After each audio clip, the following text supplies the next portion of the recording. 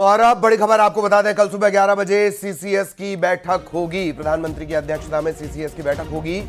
पहलगाम हमले के बाद ये सीसीएस की दूसरी बैठक होगी। कल सुबह 11 बजे सीसीएस की बैठक। इससे पहले जब प्रधानमंत्री वापस लौट आए थे इस पहलगाम हमले के बाद, तब सीसीएस की बैठक हुई थी और अब कल ये दूसरी बैठक। सुरक्षा मामलों की सबसे बड़ी समिति ये है जिसकी कल सुबह 11 बजे फिर से बैठक होने वाली है। प्रधानमंत्री की अध्यक्षता में यह बैठक होगी। इससे पहले हमले के ठीक बाद यह बैठक हुई थी और अब दूसरी बार सीसीएस की बैठक होगी।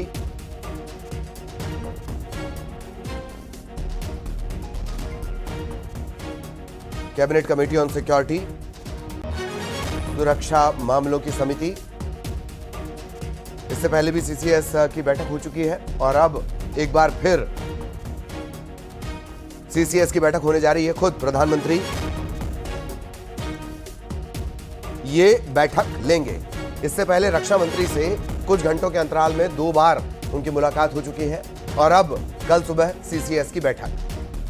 इससे पहले की महत्वपूर्ण बैठक में रक्षा मंत्री ने जानकारी दी कि तीनों सेनाएं पूरी तरह तैयार हैं। सहयोगी विनीत हमारे साथ जुड़े हुए हैं। विनीत, सीसीएस की दोबारा बैठक जी। जी, निश्चित तौर पर आपको बताना चाहूंगा कि सीसीएस की बैठक जो है कल भी हो सकती है, क्योंकि कल केंद्रीय कैबिनेट की बैठक जो है वो 11 बजे होगी और इसी में हम यह उम्मीद कर सकते हैं, जो हमें सूत्रों के हवाले से जानकारी मिल रही है कि सीसीएस की बैठक जो है वो निश्चित तौर पर हो सकती है।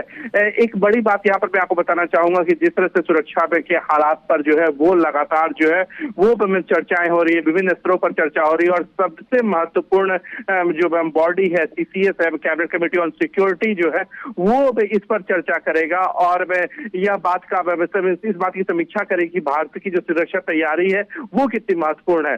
पहलगाम के बाद जो इस तरह की बात हमने देखा कि एक सीसीएस की बैठक हुई थी जिसमें जो सुरक्षा पहलुओं को लेकर के चर्चा हुई थी और उसके बाद अब यह भी जानकारी आ रही है सूत्रों के हवाले से कि सीसीएस की बैठक जो है वो कल होगी। हालांकि कल केंद्रीय कैबिनेट की बैठक जो है वो 11 बजे प्रस्तावित है और उसमें विभिन्न निर्णय जो है वो लिए जाएंगे, लेकिन अब यह भी जानकारी आ रही है कि सीसीएस की बैठक जो है वह भी हो सकती है जिसमें सुरक्षा मामलों को लेकर के, क्योंकि हमने देखा है कि जिस तरह से अब लगातार जो है बिल्कुल बहुत धन्यवाद आपका इस तमाम जानकारी के लिए। आगे भी आपके जरिए अपडेट अपने दर्शकों तक पहुंचाएंगे।